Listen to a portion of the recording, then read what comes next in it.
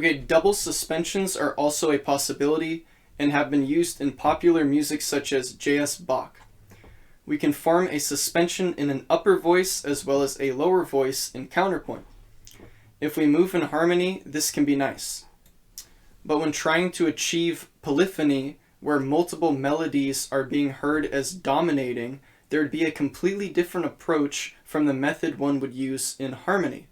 Harmony in melody is where there is a dominating voice, the melody, and then there's a harmony accompanying that. While in counterpoint, you're going to have two different voices that are both dominating, and you're both hearing them as the dominant voice. There's not one voice accompanying another. They're both their own voices playing their own separate melodies.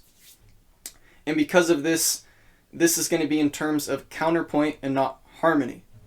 Okay, so for example, in my bass, I'm going to have the note G, and then in my alto, I'm going to have the note D, and then in my soprano, I'm going to have the note B. Okay? And from these notes, I'm going to suspend my D and my B, both of them, in the alto and the soprano. So I'm going to start with G, D, and B, and then I'm going to go over to C in my bass, but I'm going to keep staying on that D and B in my alto and my soprano. And that creates a dissonance right there, and it sounds kind of unresolved or dissonant. So now look at this. Now I go stepwise motion in contrary motion in both my alto and my soprano.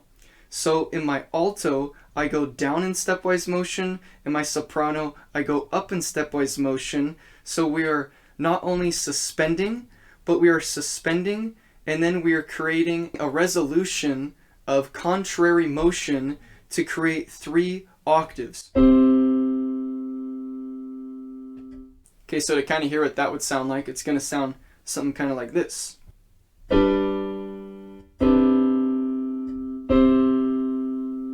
So there's a double suspension. Since this is a double suspension, we got to analyze it twice. So the soprano has a P and an S of B. As you can see, the soprano has a prepare and a suspend of B. This creates a major 10th with G in the first step. So we have a major 10th, which is actually known as a consonance.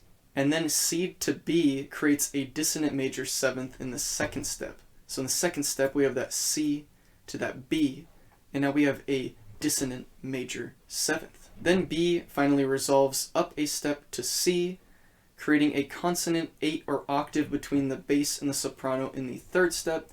This is called a 7-8 suspension because there is the dissonant 7 resolving to a consonant 8. So as you see, that's creating a 7, that's creating an 8, so that's known as a 7-8 suspension.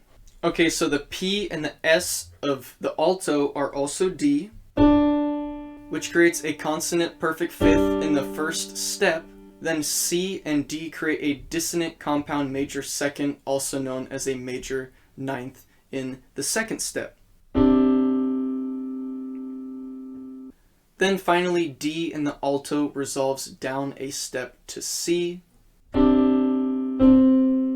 creating a consonant octave between the bass and the alto in the third step. So this would be called a 9-8 suspension because of the dissonant 9 resolving to the consonant 8. So it might be kind of confusing because let's talk about the octave just for example. I'm calling this relationship an octave, which I'm calling an 8, and I'm also calling this relationship an octave, which I'm also calling an 8. But you might think, why don't I call it a 16 then if I'm going up those 16 notes? Well, that would just kind of make things confusing, and they're the same note, they're both C, so they're still going to function the same. So I'm just going to call it in correlation to what it is and the scale degrees. So it's an octave of the scale degree that we're using, but instead of calling it 2 octaves up, I'm just going to call it an 8.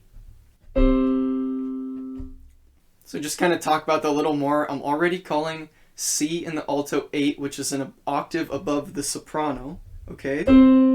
So technically, the soprano C would be 2 octaves above this bass C. But that would make the intervals of the other notes that we're using before all of this a lot more confusing to label and understand. The notes have the same diatonic function in the scale, they're just different octaves. Additionally, the soprano and the alto move in contrary motion to each other but still follow the guidelines for suspension. This creates a contrapuntal double suspension. Oh, this is just great.